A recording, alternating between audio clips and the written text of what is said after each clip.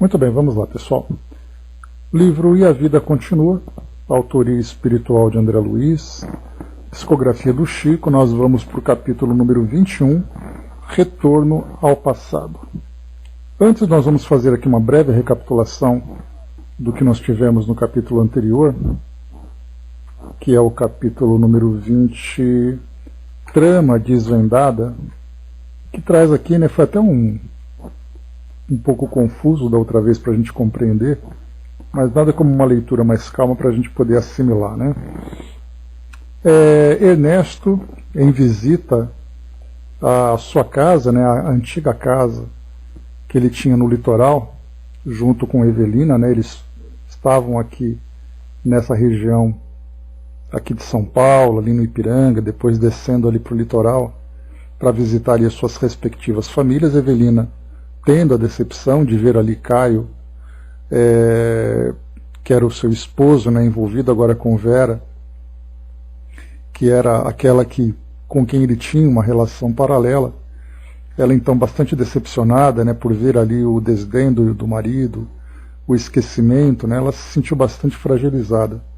Mas depois, bom dia, Sandra, depois foi a vez de Ernesto então visitar Elisa, a sua esposa, e também que se encontrava no litoral. E aí a gente vai lembrar que Ernesto percebeu que Vera, que então ali a atual namorada de Caio, era sua própria filha. Então ali começou a se estreitar as relações entre eles, né? Bom dia, Andréia.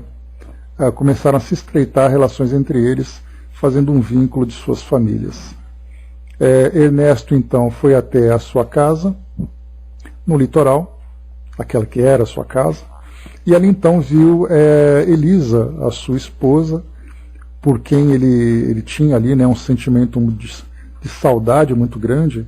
Uma das grandes expectativas que ele tinha de visitar a sua família aqui no mundo físico era ver a sua esposa e sua filha, dando a elas, né, o mesmo amor que ele esperava receber delas. Ao contrário do que ele imaginava, ele sentiu da filha um distanciamento, né, uma frieza, já que ele não era um pai presente, e da esposa via ali uma mulher que se mostrava desequilibrada mentalmente e sofrendo ali um processo obsessivo de desidério, né, o chamado Dedé. Então Desidério era ali o obsessor, e Desidério era na verdade aquele homem que Ernesto tinha assassinado na juventude, né? A gente lembra que assim que ele chegou na colônia, ali na instituição onde ele tinha sido acolhido, ele fez essa anamnese, né, lá no Instituto de Psiquiatria, e ele lembrou que um dos grandes pesos que ele trazia na consciência era exatamente esse crime que ele tinha cometido por ciúme. E aí então, encontrando com Desidério, ele começou a trazer as revelações. Então ele dizia, né, que Elisa, a esposa de Ernesto, de certa forma tinha ali um olhar diferente para ele. Eles eram amigos desde a infância. E aí então Desidério começou então ali a retribuir, né, aqueles sorrisos, aqueles olhares, aquela conversa. Isso despertou em Ernesto um ciúme muito grande. E aí então, numa dessas viagens de caçada, em que eram 3 amigos, né, o Ernesto, o Desidério, esse que era o desencarnado, e Amâncio. E aí então esses 3, naquela caçada, Ernesto, já tomado por esse ciúme, tinha tramado então que ele provocaria, né, ele cometeria um assassinato de Desidério, né, no meio da caçada, fazendo com que isso se tornasse um acidente. Durante a caçada, Ernesto então, apontando a arma para Desidério, ele disparou a arma, porém ele errou o alvo. Mas Amâncio, que estava ali próximo, no mesmo momento atirou em Desidério. Então, na verdade, Ernesto levou a culpa, por ele ter achado que cometeu o assassinato, só que quem cometeu de fato foi o Amâncio. E aí só que Ernesto trazia, muito mais do que o disparo em si, a marca, né, o peso da intenção de ter cometido aquele assassinato. Então Amâncio era essa terceira personagem dessa trama. Amâncio decidiu matar Desidério porque ele tinha interesse na esposa de Desidério, que era Brígida. Então, Brígida acabou depois ficando viúva e acabou se casando com ele, com Amâncio. E eles tinham, né, no caso ali, né, o Desidério com a Brígida, eles tinham uma filha. E aí então, nesse casamento, Amâncio se casou com a Brígida e fez com que a filha fosse estudar numa escola, né, para poder sair ali de casa, para não atrapalhar as suas intenções. E ela passou durante toda a infância estudando, voltando para casa nas férias, depois de novo voltando para a escola e tudo mais, até que ela cresceu e acabou depois, por influência do próprio Amâncio, se envolvendo com um homem com quem se casou. Esse homem fez também com que ela passasse ali por constrangimentos e tudo mais, né, inclusive ali tendo casos paralelos e tudo, até que ela veio a desencarnar. E aí então eles souberam ali, né, o Ernesto viu nessa revelação toda, que a filha de Amâncio com Brígida era a Evelina, a sua amiga que estava ali. E esse homem, né, esse mau caráter com quem ela se casou e depois trouxe toda essa dor moral, essa lesão afetiva, era o próprio Caio. Então a gente viu ali que eram duas famílias, que na verdade eram três famílias que se juntavam, que se envolviam, né? Então aqui, nesse estado em que nós estamos agora, nós temos então Ernesto com esse drama de consciência, Evelina, né, que era ali a sua companheira também acompanhando toda essa trama, e agora então a gente volta para poder ter ali um desfecho de toda essa passagem, né? Bom dia, Mami, bom dia, Masa. Então vamos aqui para o nosso capítulo 21, Retorno ao Passado. Aqui mostra para nós que o Ernesto ele ficou bastante abalado com toda essa revelação, e ele então pedia, né, mentalmente, através da prece, que fosse auxiliado por Ribas, né, que era ali o instrutor do grupo todo, já que eles tinham como previsão de retorno, né, no dia seguinte, num determinado horário. Então era uma visita rápida, depois todo mundo chegando ao ponto de encontro para retornar à instituição no plano espiritual. E aí então, com essa revelação, Ernesto se mostrava muito abalado, né? Então assim, aos prantos, não conseguindo articular as ideias, não conseguindo expressar os seus sentimentos, né? Então, nesse capítulo 21, nós começamos a partir desse ponto, dessa revelação. E aqui depois a gente vai então juntar mais uma vez algumas dessas personagens para entendermos exatamente ali toda a trama que envolveu, né, esses encarnados e desencarnados. Então vamos lá. As advertências de Ribas e a presença de Evelina à distância foram argumentos que constrangeram Fantini, Ernesto, né, a revigorar o autocontrole. Finda a longa crise de lágrimas ante a surpresa que situava a senhora Serpa em nova posição, no mundo de sua alma, reconhecia-se outro. Então, quando ele coloca que ele situava a senhora Serpa, né, Evelina, em nova posição no mundo de sua alma, significa que, bom dia, André, significa que ela não era mais a sua amiga. Ela era, na verdade, uma das vítimas das circunstâncias que Ernesto tinha, de certa forma, criado, né? Ele tinha a intenção de matar ali o Desidério, e Desidério era o pai de Evelina. Então, ele não matou, porque quem atirou foi o Amâncio. Mas, no entendimento dele, foi ele que cometeu esse crime, mesmo que ele não tivesse cometido, como o próprio Desidério já tinha revelado, né, ele trazia a culpa por ter tido a intenção de fazer isso. E o próprio Desidério falava, se você tinha ciúme de mim com a sua esposa, por que você não me falava? Porque não tinha nada assim de intenção com a sua esposa. Ela que, de certa forma, me olhava diferente, e eu, sem nenhum princípio, acabei ali, né, me empolgando um pouco com tudo isso. Então era só você me chamar a atenção, me colocava no lugar de novo, que eu respeitava seu espaço. Mas em vez disso, você tramou a minha morte. Então esse Desidério era o pai de Evelina. Então a partir daquele momento, Evelina já não era mais a sua amiga apenas. Era uma vítima daquilo que ele tinha criado. Sofrera modificações nos mais recônditos mecanismos da mente. A exposição de Desidério, franca e livre, sacudindo-o para reconhecer a extensão de suas próprias fraquezas, abatera-lhe o orgulho. No entanto, clareava-lhe as entranhas do coração para buscar vida nova. Não obstante algo atordoado, soergueu-se do chão, arrastou-se até o local em que a moça o esperava. Aqui porque naquele momento em que ele se sentiu abatido por essa revelação, né, ele caiu ali na areia, ali próxima da casa, né, já que era perto da praia, e ficou ali daquele homem, né, completamente abatido pelo peso da própria consciência. Então, nesse momento, se lembrando de Evelina, se lembrando de Rivas, foi o momento então que ele se renovou de energias ali, pelo menos aquela energia reserva restante, né, para que ele pudesse ali tomar alguma atitude. Entretinha-se Evelina em amistosa conversação com desencarnados doentes que visitavam o sítio, sob a vigilância de enfermeiros atentos, em busca das emanações nutrientes do mar. Avistando, porém, um amigo que se aproximava, cambaleante, pôs-se correndo ao encontro. Aqui vale a pena a gente fazer uma conexão com o livro Voltei, né, de Frederico Figner, irmão Jacó, quando então, após a desencarnação dele, né, saindo do velório, ele foi conduzido, né, por Dr. Bezerra de Menezes, pela filha, né, e também por outros espíritos que estavam ali, para um encontro na praia. E dali eles iriam então para uma colônia no plano espiritual.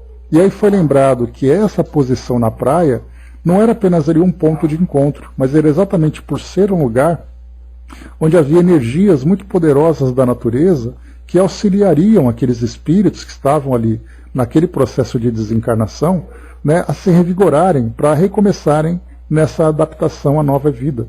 Então foi exatamente ali que nós vimos, né, essa pequena cena em que Evelina conversava com outros espíritos que estavam ali junto com enfermeiros exatamente para poder absorver essas emanações nutrientes do mar. E aí a gente vai entrar então, né, nas forças da natureza, porque André Luiz já falou também de lugares no meio das florestas, das matas, em que existe ali, né, uma energia muito poderosa que vem da vegetação, da fauna, da flora, do modo geral, né, assim como também da praia, né, onde tem o mar ali com energias revigorantes.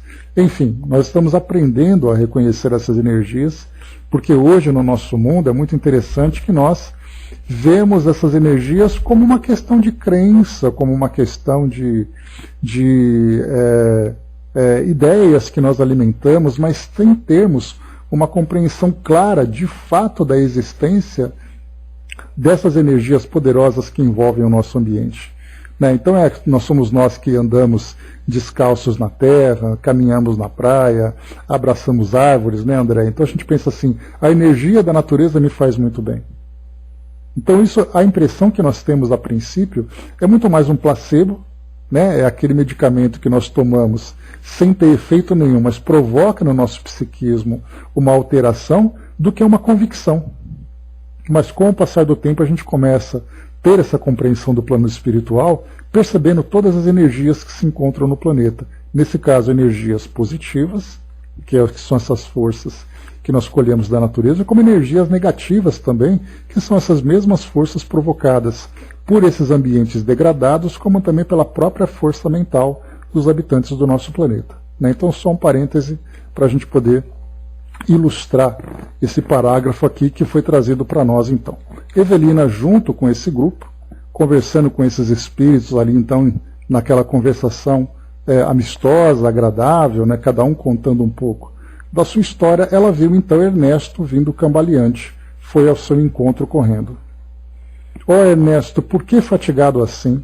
exclamou inquieta, ao mesmo tempo que o auxiliava a sentar-se na areia.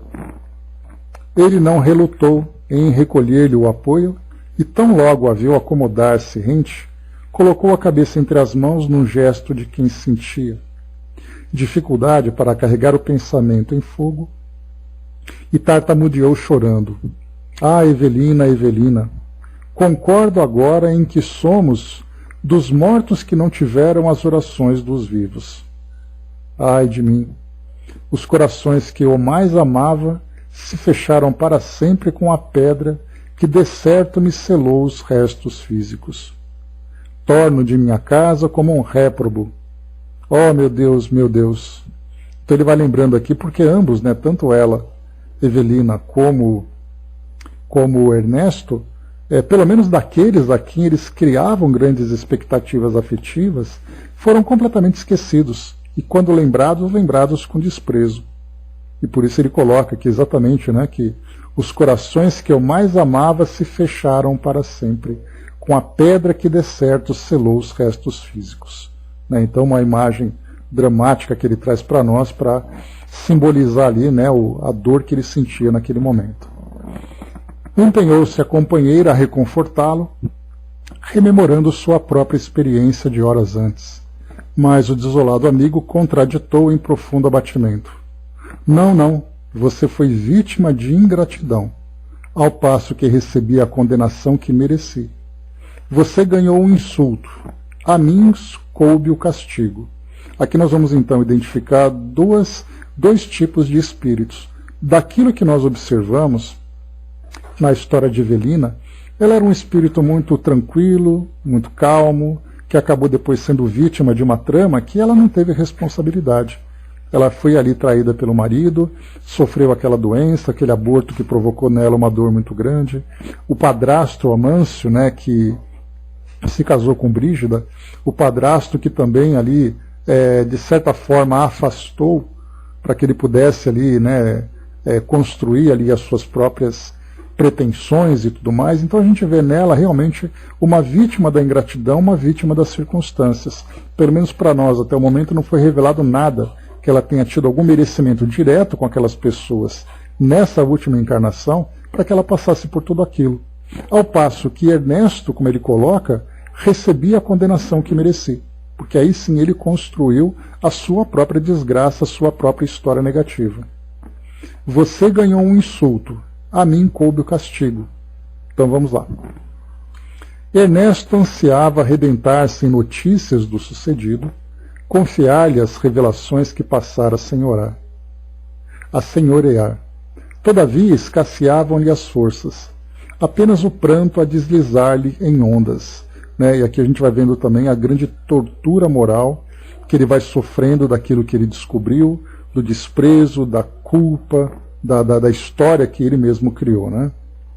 Em poucos momentos, no entanto, a perplexidade e a aflição de ambos se viram atenuadas com a vinda do carro voador, que se transportara da Via Anchieta à praia do Mar Casado. Essa praia do Mar Casado, André Luiz coloca aqui no rodapé, é a praia do Guarujá.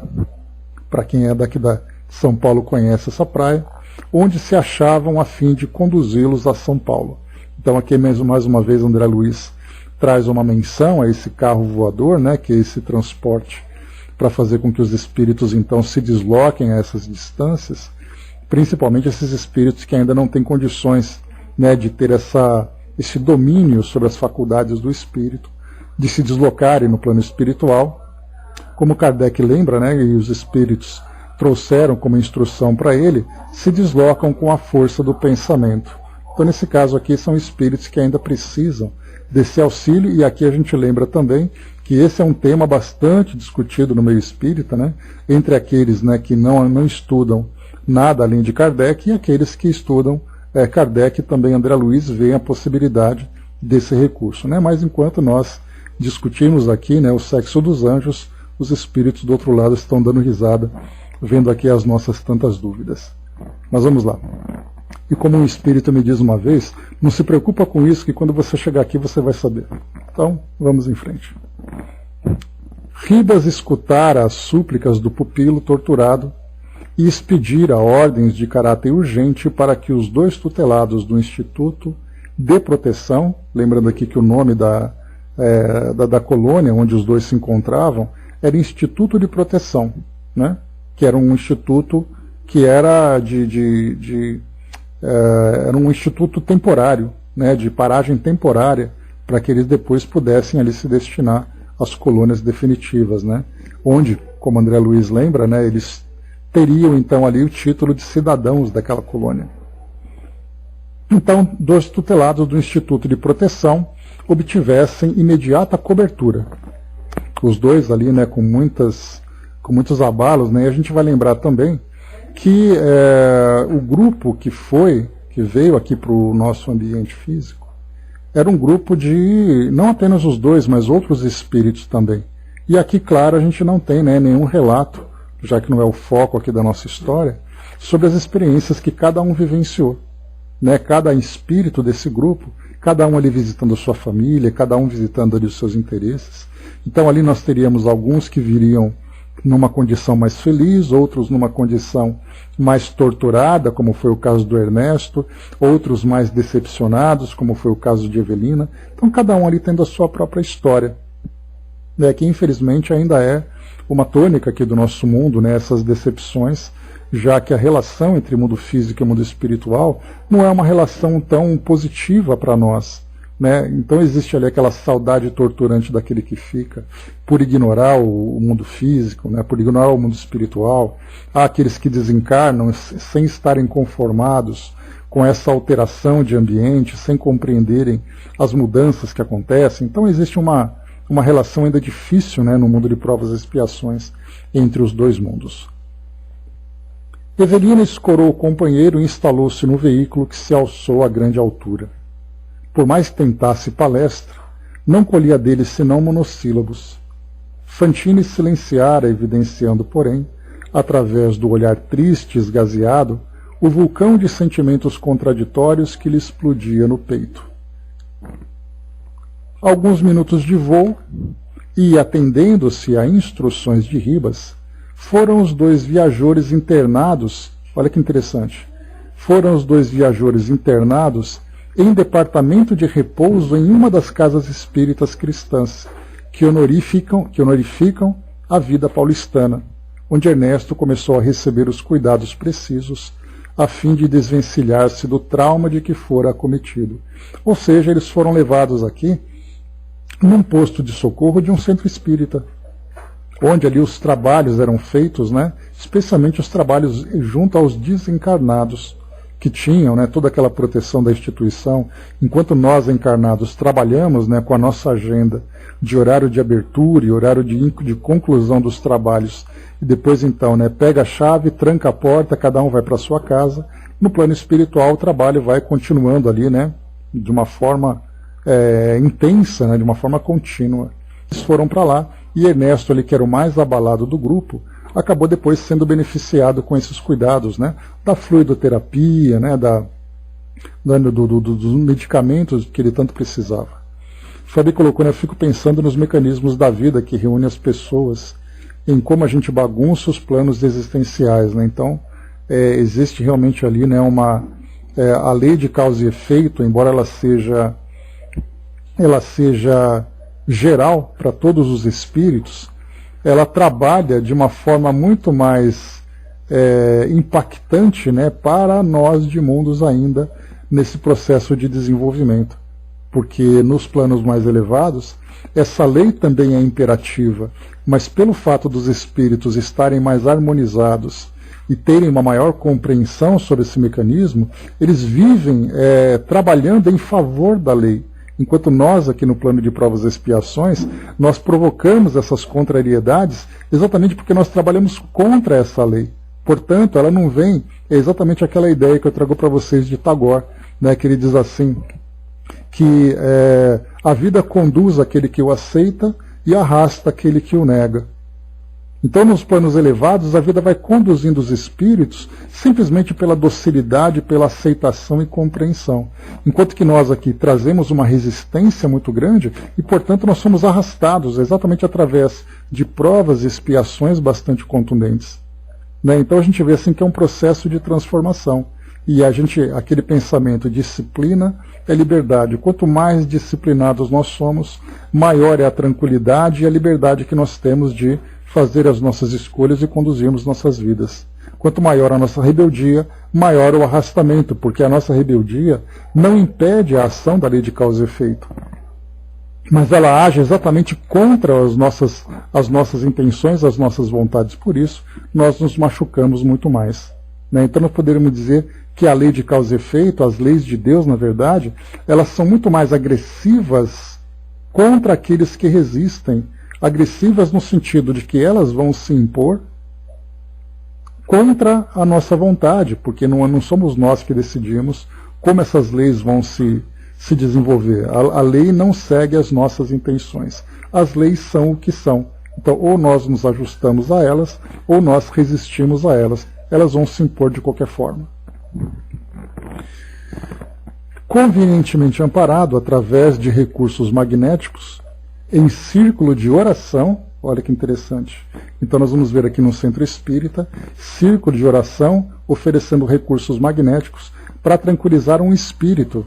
Aqui não fala se ele participou de alguma reunião mediúnica, aqui não fala se por acaso ele foi apenas acolhido pelo grupo de espíritos, né? Mas o trabalho feito em preces auxiliou esses espíritos. Daí a importância de nós lembrarmos dos grupos de preces, né, dos grupos de vibração que existem nas casas espíritas, né? Então, convenientemente amparado através de recursos magnéticos, em círculo de oração, acalmou-se para refazimento sob a assistência da companheira, e então, reharmonizadas as energias, perguntou ele à amiga com inflexão de infinita amargura: Evelina, seu pai tinha o nome de Desidério dos Santos, e seu padrasto é Amâncio Terra? Sim, meu nome inteiro é Evelina dos Santos Serpa. Ernesto não vacilou. Compreendeu que devia à jovem senhora uma confissão integral da própria vida e transferiu-se da ideia à ação, começando pelas memórias do casamento com Elisa. Então ele vai contando um pouco da sua história. E aqui lembrando que Evelina, ela tinha que já por volta de 28 anos. Ela desencarnou ali com 26, já são 2 anos que eles estão no plano espiritual até então. Ela tinha por volta ali de 28 anos, né, dentro da nossa contagem terrena. Então ele começou a lembrar do casamento de Elisa, e à frente do pranto da companheira, embora pinceladas a traços ligeiros, as cenas do pretérito se desdobraram uma por uma. A aproximação com Desidério, desde a meninice, o conhecimento superficial com Brígida aqui é a mãe de Evelina, né? E Desidério era o pai. Então ele tinha amizade com Desidério, mas com Brígida nem tanto, né? Com quem se avistara poucas vezes. A amizade com Amâncio, que sempre teimara em se conservar solteiro. As visitas frequentes de Desidério ao seu lar, que ele, Fantine, não retribuía. Então ali o Amâncio frequentava, né, com mais o Desidério estava com mais frequência ali na casa de Ernesto, né, e foi isso que teve aquela pequena aproximação, aquele ciúme com a esposa, né. A atração que o visitante exercia sobre Elisa, a esposa que a armara ardentemente, os ciúmes com que os via se abeirarem um do outro, o plano de liquidar o amigo, a quem passara a detestar, o despeito silencioso que lhe envenenara os sentimentos, a caçada funesta, o tiro intencional que disparara e as outras detonações que ouvira, a morte de Dedé e os remorsos da existência inteira, e por fim descreveu passo a passo as ocorrências do retorno ao lar, desde o instante em que registrara as afrontas da esposa obsessa, até a última declaração de Desidério que o deixara aniquilado. Então ele fez ali o relato completo de tudo aquilo que ele vivenciou no momento em que ele chegou em casa, fez uma recapitulação da sua própria história para chegar até aquele momento em que ele tinha ali agora um esclarecimento sobre tudo aquilo que envolvia ali as dores de consciência. Evelina vasculhara inutilmente a cabeça procurando expressões que lhe patenteassem o assombro. Não que a narrativa a afastasse do amigo, a quem consagrava respeitoso e enternecido amor. Estranhava, assim, o drama complexo de que eram protagonistas, sem saber. Surpreendia-se com os meandros da peça que o grupo representava.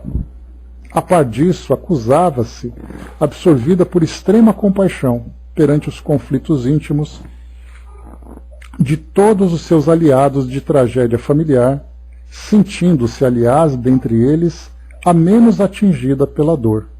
Então, na verdade, aqui, ela era ali como a gente viu, uma vítima das circunstâncias, a princípio, e a consciência dela, pelo menos, se encontrava tranquila, no sentido de que ela não provocou nada que, como lembra, né, Santo Agostinho, na questão 919 do Livro dos Espíritos, quando coloca, né, olha, se você quer ter essa paz de espírito, né, é só você, né, no Conhece-te a ti mesmo, você colocar a cabeça no travesseiro e fazer uma revista para saber se você não provocou, né, a dor em ninguém, se ninguém pode te acusar de nenhuma culpa. Ela era um desses espíritos que, embora muito machucada pelas decepções que a vida proporcionou nessa última existência, é aquela que tinha menos peso na consciência.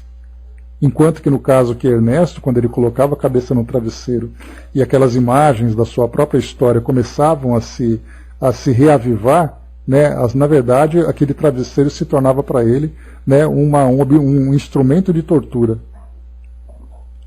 Como acontece infelizmente com a grande maioria, né, porque quando nós estamos ocupados no nosso dia a dia, a gente tem aquela tranquilidade de focar a nossa atenção em alguma atividade.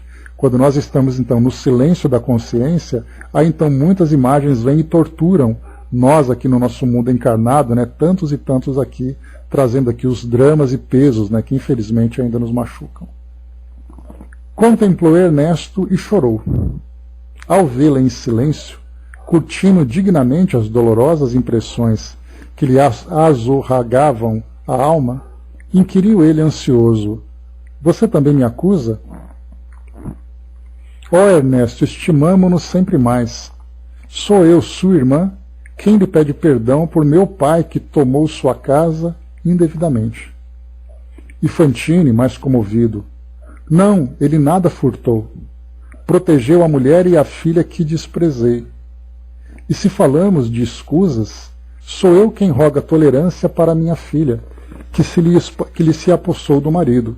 Né? Lembrando que Ernesto era pai de Vera, que era então ali, né, a amante na época do casamento, e depois agora a namorada que, né, Evelina viu ali que era uma mulher que estava invadindo aquele lar que ela acreditava, né, ser o seu lar ainda, né, e ter ainda o amor que ela imaginava do esposo. Né? Então, a gente vê como todos eles estão ligados, e por isso que Evelina coloca lá no parágrafo anterior, exatamente isso, né? A trama de que forma que todos eles estão intimamente conectados.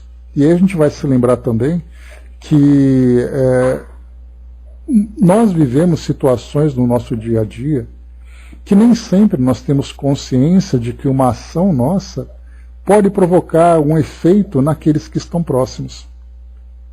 Daí então, né, o vigiar e orar que Jesus traz para nós como ensinamentos lá no Evangelho, falando exatamente isso, né, para qualquer escolha, qualquer palavra, qualquer atitude que nós tenhamos, sejamos muito vigilantes, porque pode provocar repercussões na vida de outras pessoas próximas que nós nem imaginamos.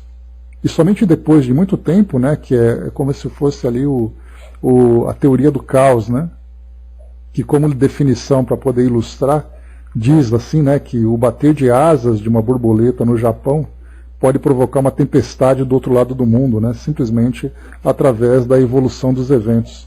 Então são situações ali de uma palavra que foi dita, de uma mágoa que foi causada, que depois essa mágoa acabou se desenvolvendo, levando o indivíduo a ter uma atitude que é desastrosa, que provoca ali depois uma dor muito maior, e quando a gente remonta a causa, foi por causa de uma palavra, de um gesto que foi feito. E isso acontece dentro de casa, isso acontece no ambiente de trabalho, acontece no trânsito. Às vezes você está dirigindo um carro e você fecha uma pessoa, você ofende aquela pessoa, tirando-a do equilíbrio que ela se encontrava, e por causa disso ela provoca um acidente. Aí acidente provoca, por exemplo, uma morte de uma pessoa, e aí de repente quem é o culpado daquela morte? Foi exatamente aqui naquela fechada, naquela esquina que nós simplesmente não percebemos. Então vai mostrando que todos nós temos responsabilidades sobre tudo aquilo que nós fazemos. Podemos ter intenção, podemos fazer sem intenção, ter uma ligação direta, uma ligação indireta, mas todos nós estamos conectados.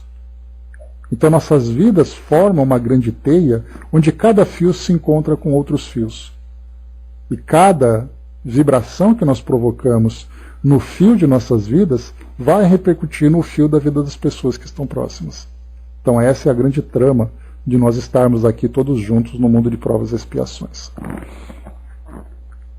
Então ela coloca aqui, né, sobre pedindo perdão, né, para o pai que tomou a casa, e ele lembrou que foi exatamente esse pai que protegeu a mulher e a filha que ele mesmo, Ernesto, acabou negligenciando nos cuidados.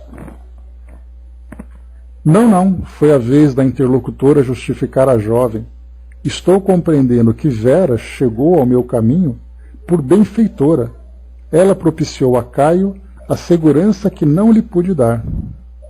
Evelina, acentuou o companheiro um tanto aliviado, tem hoje a ideia de que só pela vida depois da morte logramos desmanchar os enganos terríveis que acalentamos na existência terrena.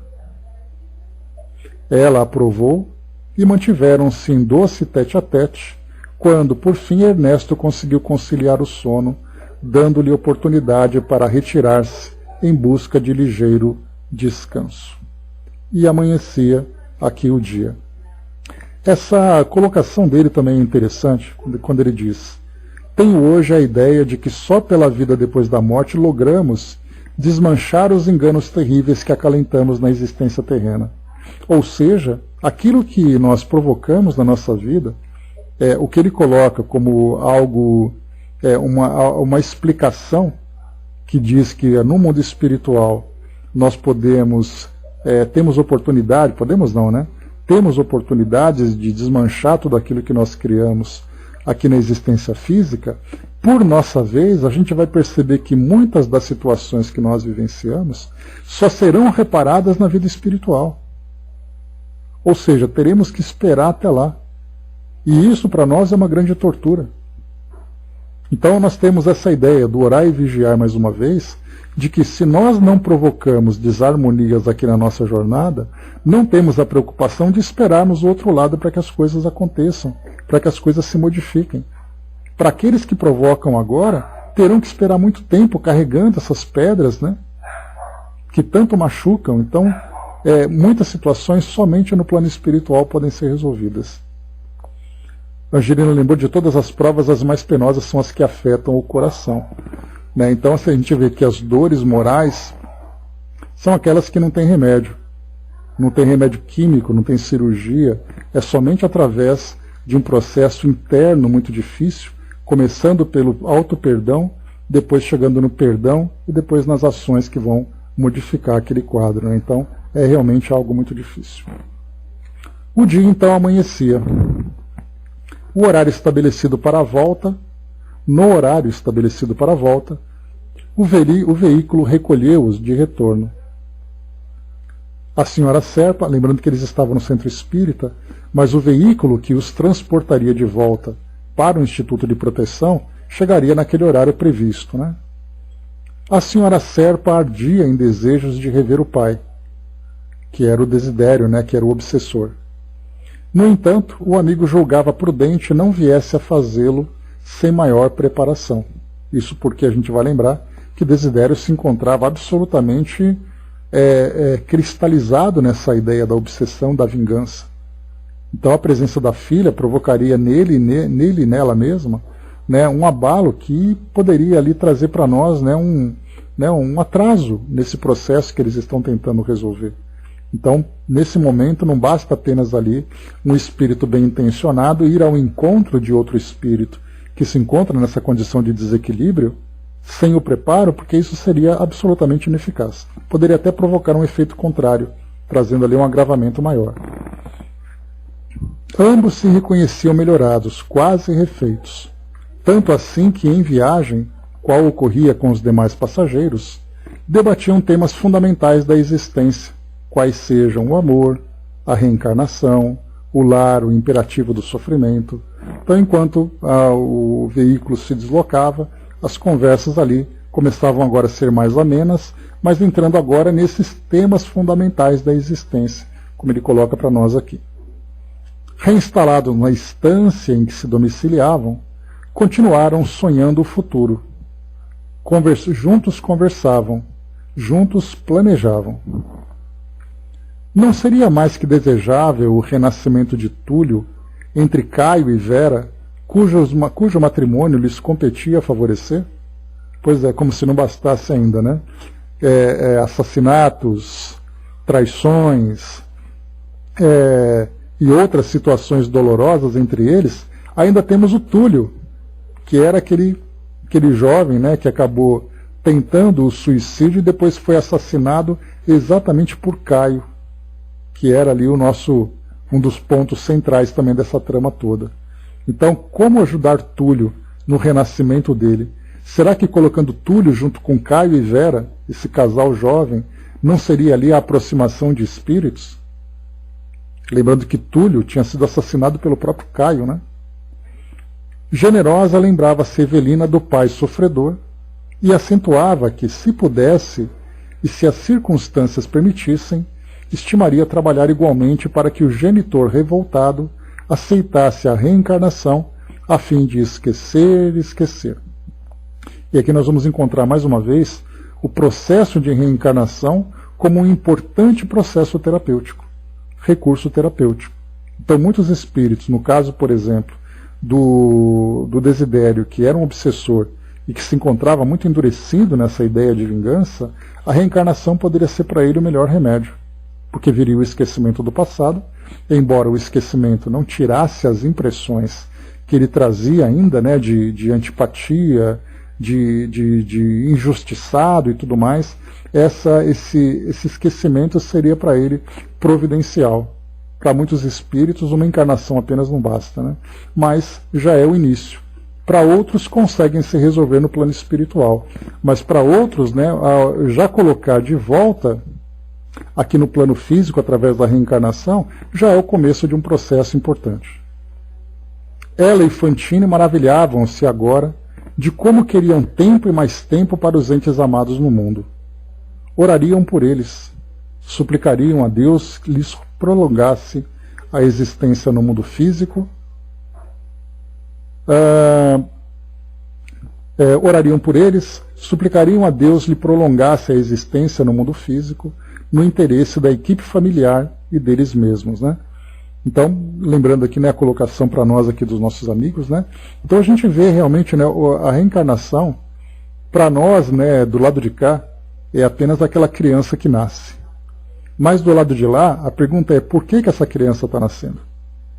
Né? Então, como nós espíritas aqui, quando vemos, né, as crianças chegando em nossas famílias, as crianças chegando no mundo, né, então é sempre aquela festa, aquela alegria e tudo mais. Mas nós espíritas, reconhecendo naquele espírito, né, dentro daquele pensamento, nossos filhos são espíritos, né?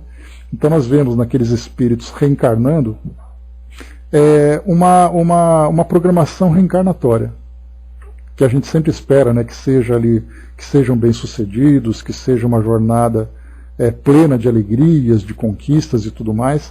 Do outro lado, a pergunta, mas por que esse espírito está reencarnando? A ideia está reencarnando para progredir, mas qual exatamente ali os caminhos de progresso que esse espírito vai seguir? Então, para muitos deles, né, essa reencarnação vem exatamente como isso, como uma necessidade que o espírito tem de se reconstruir, para que depois ele possa evoluir. Embora nós entendamos que a reconstrução também é um processo de crescimento. Mas para muitos espíritos, aqueles bem equilibrados, o caminho está livre para ele progredir. Para outros espíritos, muitas amarras precisam ser desfeitas para que ele possa de fato evoluir. Então vem ali esse processo de reencarnação como início desse trabalho. Então, ela e Fantine orariam por eles. A senhora Serpa já imaginava contemplar Mancini no ambiente de Caio para que se reconciliassem. E Ernesto concordava em que se fazia mister analisar a conveniência de uma aproximação entre Amâncio e Desidério, a fim de que lhes fosse concedido transfigurar a aversão em simpatia, discórdia em união. Sonhavam. Então aqui, além de trazer Túlio junto de Caio, que eram dois espíritos ali que se mostravam como inimigos, também já começavam a projetar no futuro Amâncio e Desidério, já que Amâncio que de fato matou Desidério e não Ernesto, como ele pensava. Então eles estavam sonhando exatamente com isso, né? Vamos pegar esse daqui, colocar perto do outro, para que eles possam ficar juntos, tudo vai acabar feliz, tudo bem. Então, quer dizer, fazer planos, né? Então, como lembra John Lennon, né? A vida é o que acontece enquanto a gente faz planos, né? Então aqui eles estavam fazendo planos, né? Vamos ver como é que esses planos iam se desenvolver. Vem para nós aqui o Dudu trazendo, né? Reencarnar é sobreviver à nova vida de leituras esquecidas num passado construtivo para o ser que precisa melhorar. E essa melhora chega na sua nova vida com esse bendito esquecimento de quem retorna ao seu orbe.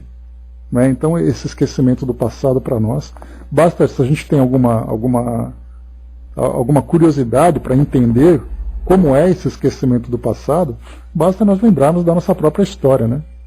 O que nós lembramos do passado? Nada. Pelo menos assim, a esmagadora maioria. Mas o que nós sentimos com relação à vida que nós temos, com relação às relações que nós temos? Aí nós vamos lembrar de simpatias e antipatias, relações complicadas, relações fáceis, as circunstâncias em que nós estamos vivendo. Então, lembrar, não lembramos. Mas o passado não deixa de se impor, já que fomos nós mesmos que construímos, né, aqui na forma do nosso presente. Então, nas relações afetivas, olhando por essa perspectiva de relacionamentos e de conexão entre os espíritos, as nossas relações hoje já mostram como o passado foi construído.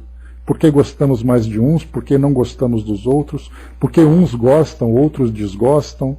Né? Então, tudo isso é o resultado exatamente desse passado. Nada é por acaso, né? Porque o acaso, na verdade, é a justificativa que nós damos para algo que nós não compreendemos. Então, muitas famílias são formadas com esses vínculos de simpatia e antipatia e atribuem isso à sorte e azar. Né? Porque meu vizinho tem uma família muito bem harmoniosa e eu tenho inveja, gostaria que a minha fosse assim. Uma pena que eu não fui presenteado com isso. Aí então ele vai acreditar que é uma questão de presente, de concessão, e não simplesmente como resultado das próprias escolhas. Então é importante que a doutrina espírita nos esclareça nesse sentido, para que nós vejamos aqueles que estão ao nosso lado como companheiros de jornada, companheiros que trouxeram para nós sentimentos agradáveis, outras vezes sentimentos não tão agradáveis, exatamente como resultado da nossa história. Mais aqui do trouxe para nós, né? Seus arquétipos estarão sempre presentes na sua vida terrena. São padrões que te trazem intuitivamente lembranças, sensações passadas, mas sem a lembrança de outra vida. Não nos lembramos dos fatos, mas guardamos as impressões. Então esse aqui é o mecanismo do esquecimento do passado para todos nós. Obrigado pela contribuição aqui com a gente. E seguindo para nós. Então, enquanto eles sonhavam, decorridos 10 dias sobre o primeiro regresso a São Paulo, quando ambos já se admitiam plenamente refeitos, solicitaram audiência com Ribas, de modo a expor-lhe as ideias novas e comentar os acontecimentos havidos. O mentor acolheu-os com a lenheza de hábito, ouviu-lhes atenciosamente os projetos.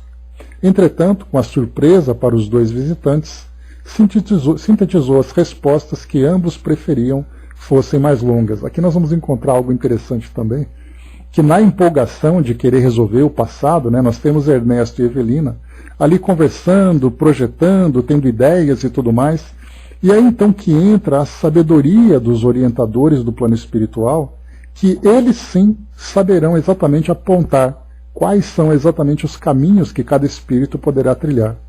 Porque da nossa parte a gente vai dizer, pega fulano, faz nascer na vida do cicrano, aproxima um com o outro, casa aquele com aquela, que vai dar tudo certo. E na verdade a gente acaba criando uma grande tragédia. E aí então nós vamos ver aqui agora, a partir das orientações de Ribas, como o planejamento reencarnatório é feito. Então por isso que aqui, como foi colocado por André Luiz, né, assim que eles apresentaram ali as suas ideias, eles ficaram frustrados, né, porque eles esperavam uma resposta longa, cheia de observações, e o Ribas aqui deu uma resposta muito objetiva. Vamos entender. Então ele diz assim: meus caros, quando as súplicas de nosso Fantini chegaram até nós, não somente promovemos o socorro preciso, como também solicitamos anotações de todos os eventos familiares de que se veem partícipes. Sabemos agora, em documentação adequada, tudo aquilo de que se informaram. Quanto aos nossos deveres de ordem moral, já nos entendemos aqui suficientemente dilatadas entrevistas. Orientação, possuímos.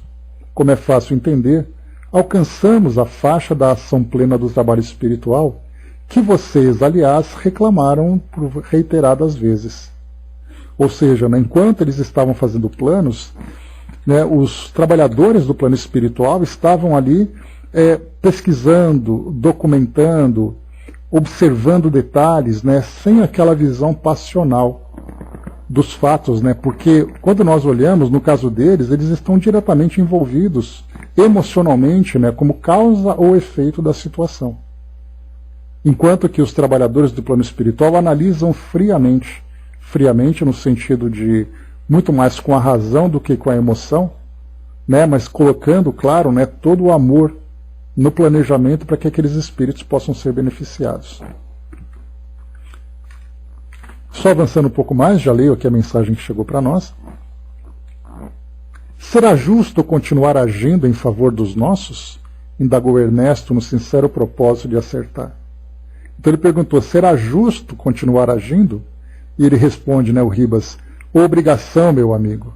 Isso é nossa obrigação. Os que conhecem precisam auxiliar os que ignoram, e não apenas auxiliar simplesmente, mas auxiliar com muito amor. Acaso ser-nos-á lícito mentalizar reencarnações para Mancini, meu pai, num futuro próximo?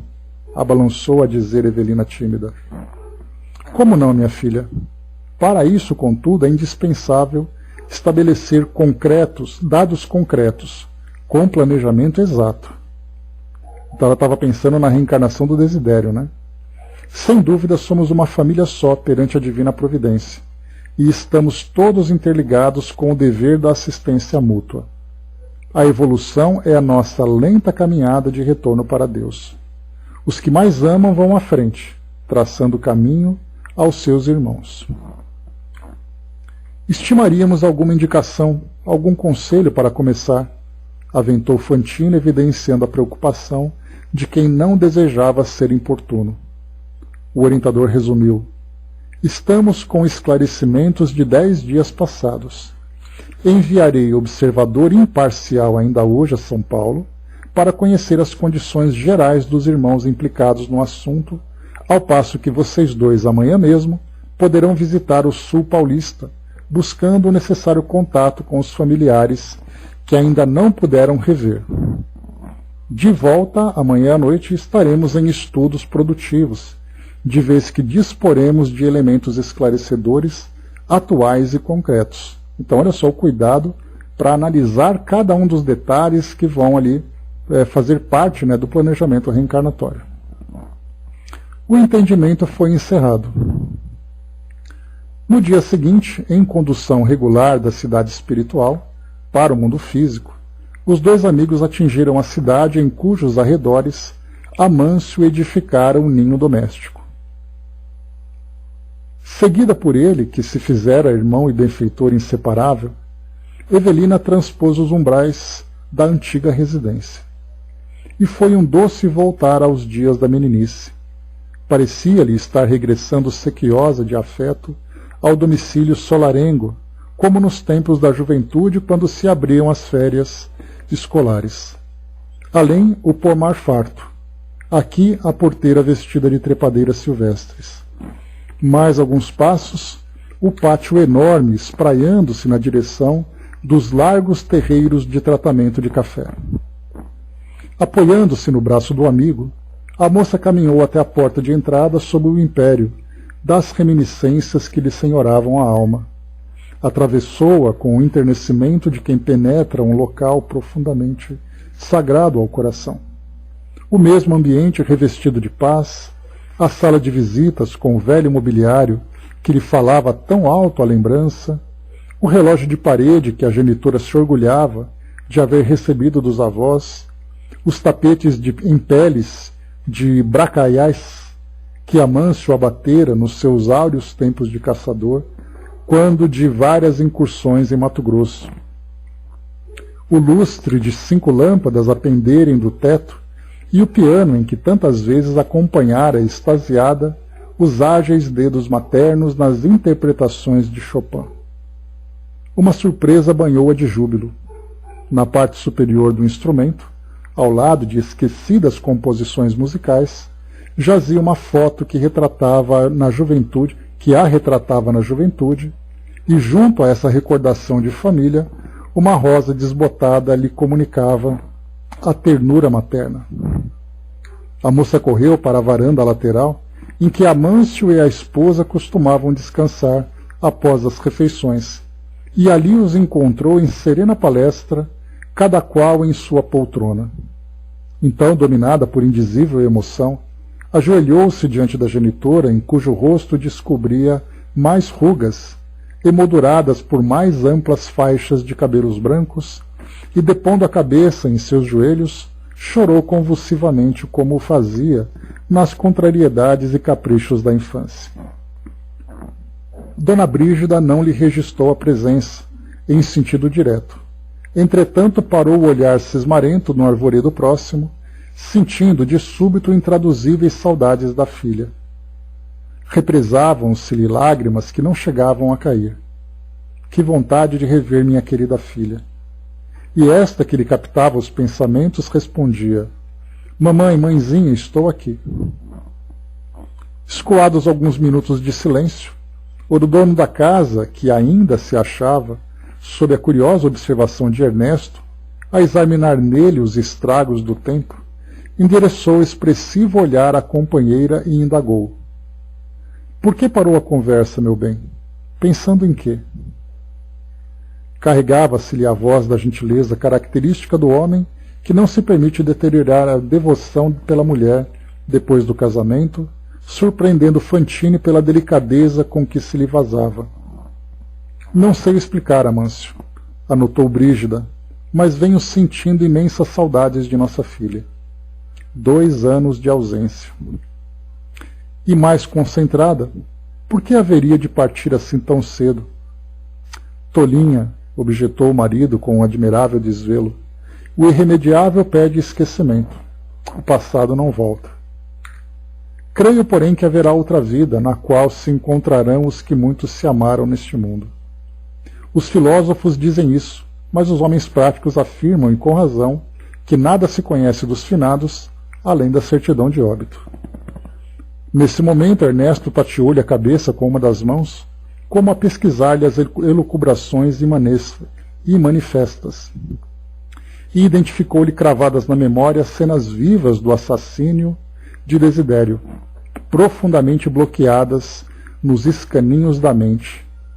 No entanto, algo lhe dizia no íntimo que não lhe era lícito convocar o espírito do companheiro a qualquer estado negativo, absolutamente inútil, quando tudo lhe fazia crer que Amâncio se transformara num esteio de trabalho respeitável para famílias numerosas.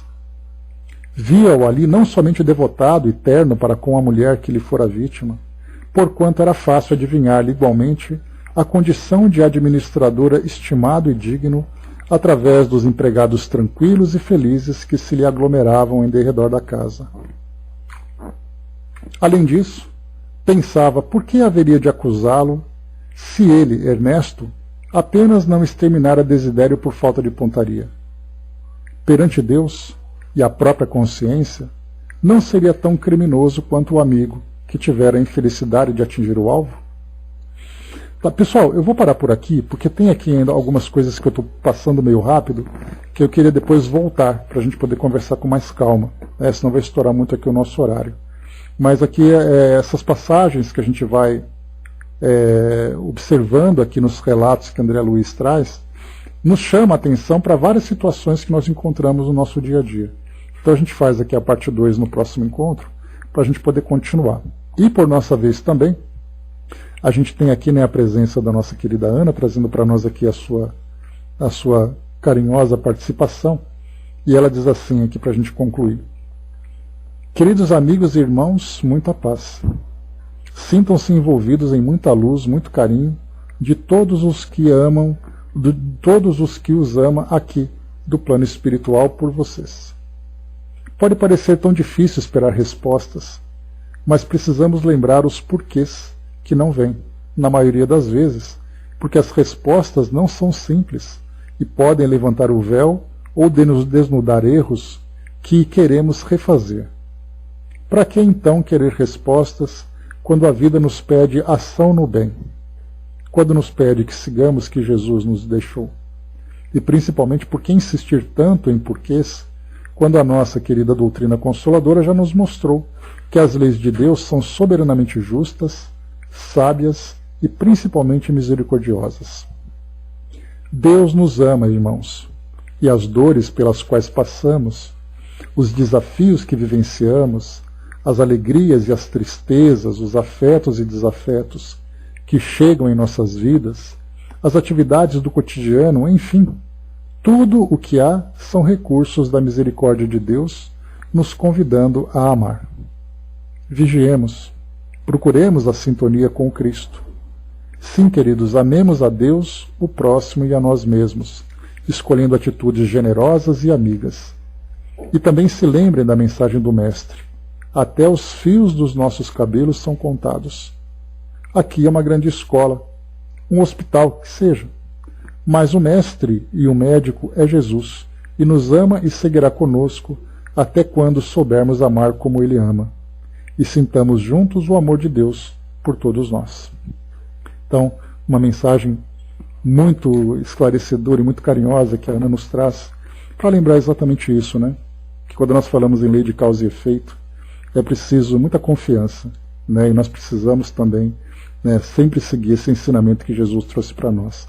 Quando a gente começa a fazer muitas perguntas, a gente paralisa as nossas ações. E cada vez que a gente paralisa as nossas ações, a gente acaba perdendo muito tempo, tempo precioso que nós temos aqui.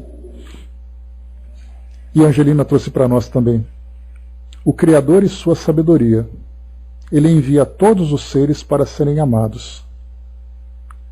Aí a responsabilidade e de cada família para guiar todos que são filhos desse Pai, mas nem todos entendem que são tutores dos filhos de Deus. E cada um de vós será cobrado, que fizestes dos espíritos que vos entregastes como filhos. Cumprides a vossa tarefa? Sereis feliz? Cumprides a vossa tarefa? Sereis feliz. Não fizestes? Terá que responder o porquê.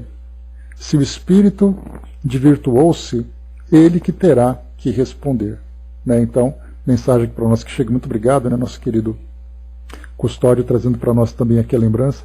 Exatamente isso, né, quando nós falamos sobre a estrutura familiar. Né? Então, os pais, as famílias, né, têm, na verdade, ali, o compromisso de guiar cada espírito aqui pela sua jornada. E aqui, como ele coloca para nós, se nós fizemos o nosso papel, a nossa parte, nós cumprimos o nosso dever. Se o espírito não seguiu, aí então ele que responde por isso. A gente vai lembrar exatamente essa passagem lá no nosso Evangelho segundo o Espiritismo, né? Honrai vosso pai e vossa mãe. Então tem pais responsáveis, pais irresponsáveis, filhos responsáveis e filhos irresponsáveis. Quando cada um cumpre a sua parte, o dever está muito bem cumprido. Então é isso, meus amigos. Fechando por aqui o nosso trabalho. Muito obrigado pela participação de todos os irmãos aqui que nos acompanham no nosso trabalho. E no nosso próximo encontro, então, a gente retorna aqui nesse mesmo ponto, quando então Evelina vai visitar a fazenda, né, do padrasto e da mãe, e ali então a gente vai retomar um pouquinho dos tópicos ali que foram surgindo para os nossos esclarecimentos. Né? A Miriam colocou ali também, né, nós tivemos ontem lá no espiritismo.net, no estudo da família, só aí na nossa playlist lá no YouTube, relações abusivas, também que fala sobre essas questões familiares, né? E nesse grupo da família vai mostrando para nós também as diversas situações